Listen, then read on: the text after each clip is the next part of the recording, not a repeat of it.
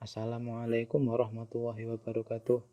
Baik, hari ini kita akan mempelajari peta konsep studi ekonomi Islam. Kita akan belajar materi apa saja yang akan kita pelajari selama 1 semester ke depan. Fokus pada mata kuliah kita adalah tentang ekonomi Islam atau ekonomi syariah. Mata kuliah ini mengantarkan kita untuk memahami ekonomi Islam secara menyeluruh. Bisa dikatakan bahwa mata kuliah ini adalah mata kuliah dasar sebagai landasan kita mempelajari teori-teori yang ada dalam ekonomi syariah atau ekonomi Islam. Sehingga dalam kita mempelajari ekonomi Islam, kita akan belajar definisi ekonomi Islam itu apa. Kemudian kita juga mempelajari karakteristik dari ekonomi Islam yang tentunya karakteristik ekonomi Islam itu berbeda dengan ekonomi konvensional. Kemudian kita akan belajar fondasi aksiomatik ekonomi Islam. Ekonomi Islam itu dibangun atas apa saja? Kita mempelajari ada 4 hal fondasi aksiomatik ekonomi Islam itu. Yang pertama adalah unity atau ketauhidan. Yang kedua adalah equilibrium atau keseimbangan. Yang ketiga adalah free will atau kehendak bebas, dan yang terakhir adalah responsibility. Ini adalah fondasi aksiomatik dari ekonomi Islam itu. Nah, kemudian kita juga akan membahas sumber norma ekonomi itu apa saja. Kita ketahui bahwa ekonomi Islam itu pasti bersumber dari yang pertama Al-Quran, yang kedua adalah hadis atau sunnah, dan yang ketiga adalah hasil ijtihad. Ini menunjukkan bahwa ekonomi Islam itu diambil dari hazanah Al-Quran, hadis, dan hasil-hasil ijtihad para pemikir-pemikir ekonomi Islam dan ulama-ulama kita terdahulu. Kemudian jika kita mempelajari ekonomi Islam, kita akan pasti belajar tentang sejarah. Nah, sejarah praktek ekonomi ini mulai dari masyarakat Arab pra-Islam, kemudian pada masa Nabi, kemudian Khulafaur Rasyidin pada masa Abu Bakar, Umar, Utsman, dan Ali, kemudian masa setelahnya ini sampai dengan era kontemporer atau era modern sekarang ini. Maka ekonomi Islam itu selalu berkembang.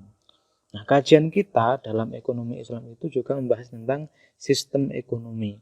Ada 3 sistem ekonomi yang akan kita bahas. Yang pertama adalah sistem ekonomi kapitalis. Kemudian ada sistem ekonomi sosialis atau komunis, kemudian sosialis, kemudian yang ketiga sistem ekonomi Islam. Nah, fokus kita adalah sistem ekonomi Islam ini. Nah, kemudian dalam ekonomi Islam kita mempelajari teori konsumsi Islam. Berarti ini kaitannya dengan perilaku muslim atau consumer behavior seorang muslim.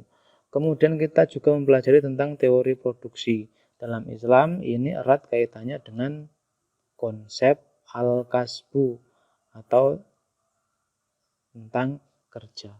Kemudian kita juga akan mempelajari tentang distribusi Islam. Ini adalah kaitannya dengan harta atau pendapatan.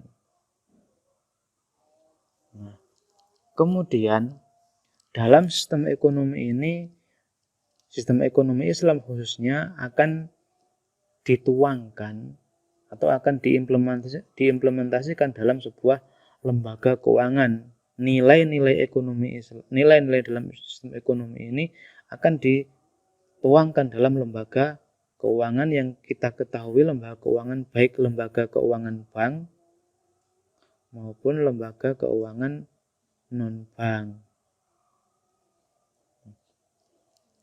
Nah, kemudian selain institusionalisasi ini dalam sistem ekonomi, kita akan mempelajari pasar dalam perspektif ekonomi Islam. Pasar dalam kajian yang luas, bahwa pasar ini tidak hanya tempat bertemunya penjual dan pembeli, tetapi merupakan tempat terjadinya transaksi, baik secara langsung face to face maupun secara online kalau sekarang di era modern. Nah, pasar dalam konsep Islam itu ada lembaga pengawasnya yang dikenal dengan institusi Hizbah. Ini lembaga pengawas, walaupun di era sekarang mungkin tidak muncul istilah Al-Hizbah, tetapi peran-perannya ada yang mirip dengan Al-Hizbah. Nah, di sini Al-Hizbah ini mempunyai tanggung jawab terhadap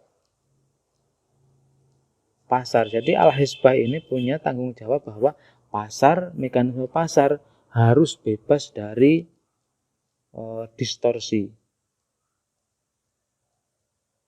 atau hal-hal yang dilarang dalam pasar, supaya harga yang terbentuk merupakan harga yang adil dan mekanisme pasar yang terbentuk juga mekanisme yang adil, sehingga tidak ada pihak baik penjual maupun konsumen yang akan dirugikan.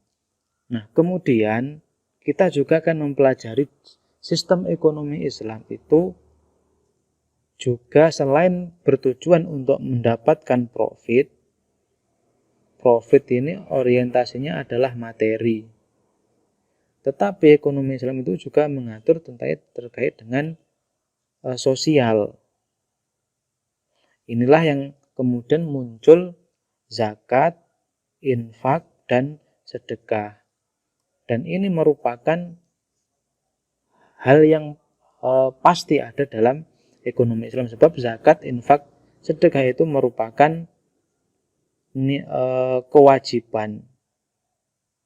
Terutama zakat merupakan kewajiban bagi seorang muslim. Orang yang sudah dalam kajian zakat yang sudah memenuhi nisabnya, maka wajib zakat.